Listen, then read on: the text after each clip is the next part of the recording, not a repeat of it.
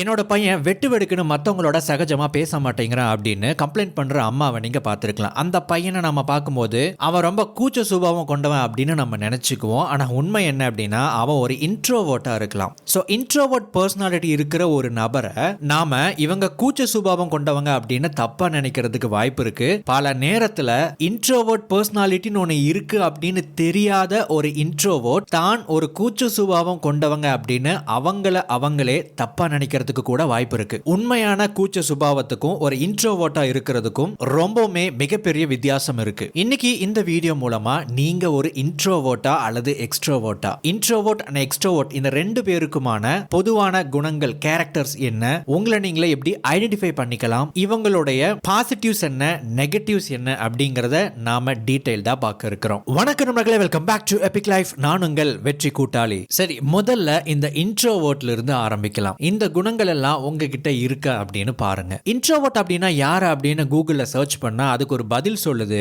Introvert அப்படிங்கிறவர் ஒரு shy person, அதாவது கூச்ச சுபாவம் கொண்டவங்க அப்படின்னு ஒரு பதில் சொல்லுது. அதோட ஒரு எக்ஸாம்பிளையும் கொடுக்குது. ஐ அம் an introvert and don't like public speaking. நான் ஒரு இன்ட்ரோவர்ட்டா இருக்கிறதுனால ஒரு கூட்டத்துல பேசுறது எனக்கு பிடிக்காது அப்படின்னு ஒரு எக்ஸாம்பிள கொடுக்குது. உண்மையா சொல்ல போனா கூச்ச சுபாவத்துக்கும் இன்ட்ரோவர்ட்டுக்கும் எந்த சம்பந்தமும் கிடையாது. ஒரு எக்ஸ்ட்ரோவர்ட் கூட கூச்ச சுபாவம் கொண்ட நபரா இருக்க முடியும். இந்த கூச்ச சுபாவம் கொண்டவங்களை பொதுவா நம்ம இன்ட்ரோவர்ட் அப்படிங்கிற மாதிரி ஒரு பேரை சொல்லி நம்ம அழைப்போம். இது முற்றிலும் தவறானது. இன்ட்ரோவர்ட்டை தமிழ்ல எப்படி சொல்லலாம் அப்படின்னா உள்முக சிந்தனையாளர் அப்படின்னு சொல்லலாம். இது சரியா பொருந்தும். ஒரு நபர் இன்ட்ரோவர்ட்டா இருக்கிறாரு அப்படின்னா அவருக்குள்ள இந்த 8 பொதுவான குணங்கள் காணப்படலாம். முதலாவது, இவர் தனிமை விரும்பி, தனியா ஒத்தையில செய்யக்கூடிய வேலைகளை இவர் விரும்பி செய்வார். ஒரு பெரிய கூட்டத்தை சந்திச்சதுக்கு அப்புறம் அல்லது பல பேரோட கலந்துரையாடல் மேற்கொண்டதுக்கு அப்புறம் இவருக்கு ஒரு விதமான சோர்வு ஏற்படலாம். அவருடைய எனர்ஜி ட்ரெயின் ஆன மாதிரி இவர் ஃபீல் பண்ணலாம். அதனாலேயே இவர் என்ன பண்ணுவார் அப்படின்னா தன்னைத்தானே ரீசார்ஜ் பண்ணிக்கிறதுக்கு, தன்னைத்தானே புதுப்பிக்கிறதுக்கு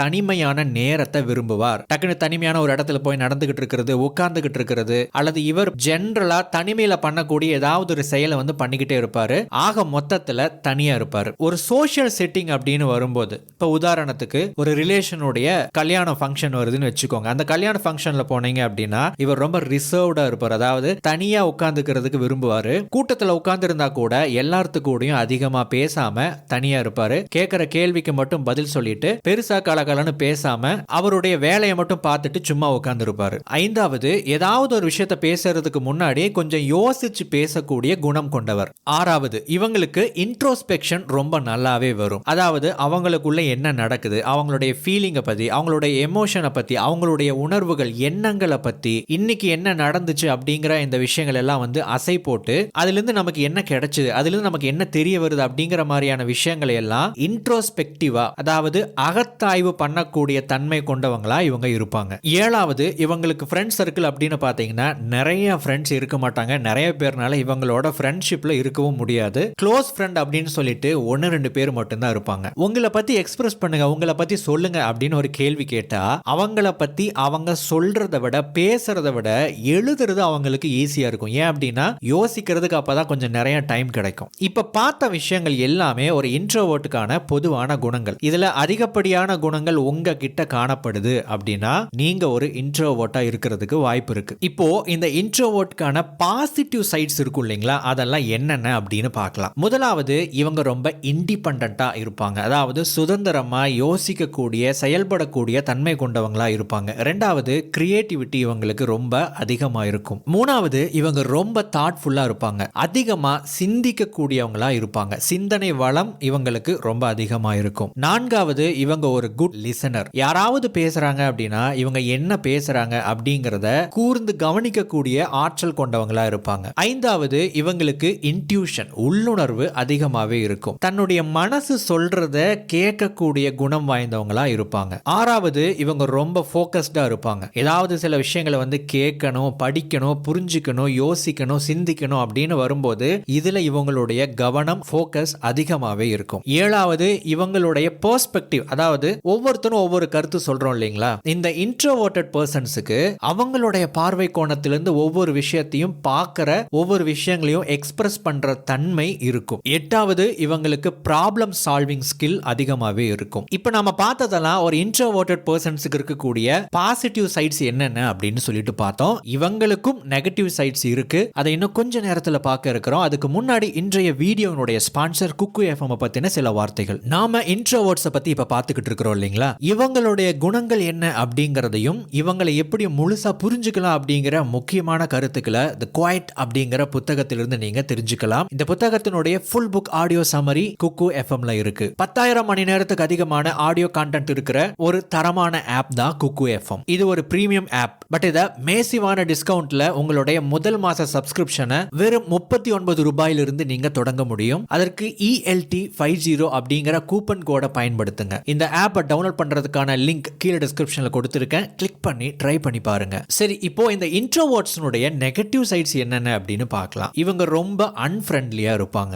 அதாவது இவங்க கூட பழகணும், இவங்க கூட பேசணும் அப்படின்னா அதுக்கெல்லாம் அவ்வளவா இவங்க ஒத்து வர மாட்டாங்க. இந்த இடத்துல ஒரு விஷயத்தை நான் சொல்லிக்க விரும்புறேன். இந்த பதிவு எதுக்காக அப்படின்னா, இன்ட்ரோவர்ட்டா இருக்கக்கூடிய ஒரு நபரோ அல்லது இன்ட்ரோவர்ட்ட மகனாகவோ மகளாகவோ ஃப்ரெண்ட்ஸாகவோ அல்லது மற்ற ரிலேஷனா பெற்றிருக்கிற மற்றவங்க இவங்க இப்படிதான் அப்படின்னு புரிஞ்சுக்கணும் அப்படிங்கிறதுக்காக தான் இந்த பதிவு. இன்ட்ரோவர்ட் எப்பவுமே தன்னுடைய உலகத்துல தன்னுடைய சிந்தனையில மூழ்கி இருக்கிறதுனால ஒரு எக்ஸ்ட்ரோவர்ட் மாதிரி ரொம்ப ஃப்ரெண்ட்லியா இவங்கனால பழக முடியாது. இவங்களுக்கு எப்படி இந்த நெகட்டிவ் சைடு இருக்கோ அதே மாதிரி இவங்களுக்கு பாசிட்டிவ் சைடும் இருக்கு. இவங்க இப்படிதான் அப்படிங்கறத புரிஞ்சுக்கிட்டு அவங்களுடைய பாசிட்டிவ் சைடை நாம அரவணைக்க ஆரம்பிச்சோம் அப்படின்னா இன்ட்ரோவர்ட்டை பாசிட்டிவா மிகப்பெரிய சக்தியாக பயன்படுத்த முடியும். ரெண்டாவது, இவங்க ரொம்ப நல்லா பேசக்கூடிய நபர்கள் கிடையாது. சின்ன அளவுல சும்மா ஒரு பேச்சுக்கு பேசணும் அப்படின்னா கூட இவங்களுக்கு அது ரொம்ப கஷ்டமானதாகத்தான் இருக்கும். உண்மையாகவே பேசணும்னு தோணுச்சுன்னா மட்டும்தான் இவங்கனால பேச முடியும். ஒரு ஃபார்மாலிட்டிக்கு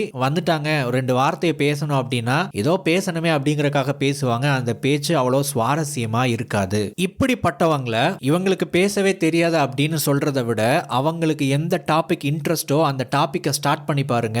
இவங்க பேசுறது அவ்வளவு இன்ட்ரெஸ்டிங்கா இருக்கும். 3வது, இவங்களுக்கு ஓவர் ஸ்டிமுலேஷன் அதிகமாவே இருக்கும். அதிகமா உணர்ச்சி வசப்படுறது, வார்த்தைகள்னால பேச்சுகள்னால தூண்டப்படுறது இவங்க கிட்ட அதிகமாகவே காணப்படும். அடுத்தது, இந்த ஸ்ட்ரெஸ், பதட்டம், இந்த மாதிரியான விஷயங்கள் இவங்களை ஈஸியா தாக்கக்கூடியதா இருக்கும். ஏன் அப்படின்னா இவங்களுக்கு இயல்பாகவே திங்கிங், சிந்தனை ஓட்டங்கள் அதிகமா இருக்கிறதுனால இவங்க ஓவர் திங்கிங்ல போறதுக்கு வாய்ப்புகள் அதிகம். இப்ப வரைக்கும் கேட்டதுல நான் ஒரு இன்ட்ரோவர்ட் பா அப்படின்னு யாராவது உங்களை நீங்களே கண்டுபிடிச்சிருந்தீங்க அப்படின்னா வாழ்த்துக்கள். Welcome to the world of introvert. நானும் ஒரு இன்ட்ரோவர்ட் அப்படிங்கிற முறையில ஒரு ஆலோசனை கொடுக்க விரும்புறேன். இன்ட்ரோவர்ட் ஆன நமக்கு சிந்தனை ஓட்டங்கள் எக்கச்சக்கமா தாறுமாறா ஓடிக்கிட்டே இருக்கும். இதை சரியா மெயின்டைன் பண்றது ரொம்ப முக்கியம். அப்படி இல்லைன்னா நெகட்டிவா ஓவர் திங்கிங்கா போயிடும். ஸோ எப்பவுமே உங்களை பாசிட்டிவா வச்சுக்கிற மாதிரி ஆக்கப்பூர்வமான எண்ணங்கள், சிந்தனைகள் கொண்ட விஷயங்களை எப்பவுமே உங்க பக்கம் வச்சுக்கோங்க. நெகட்டிவ் ஓவர் திங்கிங்க்கு உங்களை அனுமதிக்காதீங்க. நெகட்டிவா திங்க் பண்றீங்க அப்படின்னா அதை உங்களால கண்டுபிடிக்கவும் முடியும். இது உங்களுக்கு இருக்கிற ஒரு சூப்பர் பவர். இதை பயன்படுத்தி நாம நெகட்டிவா திங்க் பண்றோம் அப்படின்னு புரிஞ்சுக்கிட்டு உங்களை நீங்களே மாத்திக்கிட்டீங்க அப்படின்னா நெகட்டிவ் ஓவர் திங்கிங்குள்ள மாட்டாம நீங்க பாசிட்டிவா இருக்க முடியும். அடுத்தது, ஒரு மாற்றத்துக்கு அடாப்ட் ஆகிறது இவங்களுக்கு கொஞ்சம் கஷ்டமா இருக்கும். இப்ப வரைக்கும் நம்ம பார்த்தது இன்ட்ரோவர்ட்டை பத்தி. இனி எக்ஸ்ட்ரோவர்ட்டை பத்தி பார்க்கலாம். இன்ட்ரோவர்ட் எப்படி ஒரு உள்முக சிந்தனையாளரோ எக்ஸ்ட்ரோவர்ட் அப்படிங்கிறவர் ஒரு வெளிமுக சிந்தனையாளர் அப்படின்னு சொல்லலாம். ஒரு எக்ஸ்ட்ரோவர்ட்டோட ஃபோக்கஸ் எல்லாமே அவங்கள விட்டு வெளியிருக்கிற விஷயங்களை தான் சார்ந்து இருக்கும். சரி, இவங்களுடைய பொதுவான குணங்கள் என்னென்ன அப்படின்னா, முதலாவது, ஒரு சோஷியல் கேதரிங், ஒரு ஃபங்க்ஷன் வருது, ஒரு திருவிழா வருது, கூட்டமா நண்பர்கள் கூடுறாங்க அப்படின்னா அந்த கூட்டத்தில் இருக்கிறதுக்கு இவங்க ரொம்ப பிரியப்படுவாங்க. ரெண்டாவது, இவங்க இயல்பா அதிகமா பேசக்கூடியவங்களா இருப்பாங்க. மூணாவது, ஒரு இன்ட்ரோவர்ட்டுக்கு எப்படி தனிமையில இருக்கிறது அவங்களுடைய பேட்டரியை சார்ஜ் பண்ணுமோ அதே மாதிரி ஒரு எக்ஸ்ட்ரோவர்ட்டுக்கு கூட்டத்தில் இருக்கிறது அவங்களுடைய பேட்டரிக்கு சார்ஜ் போடுற மாதிரி. நான்காவது, இவங்க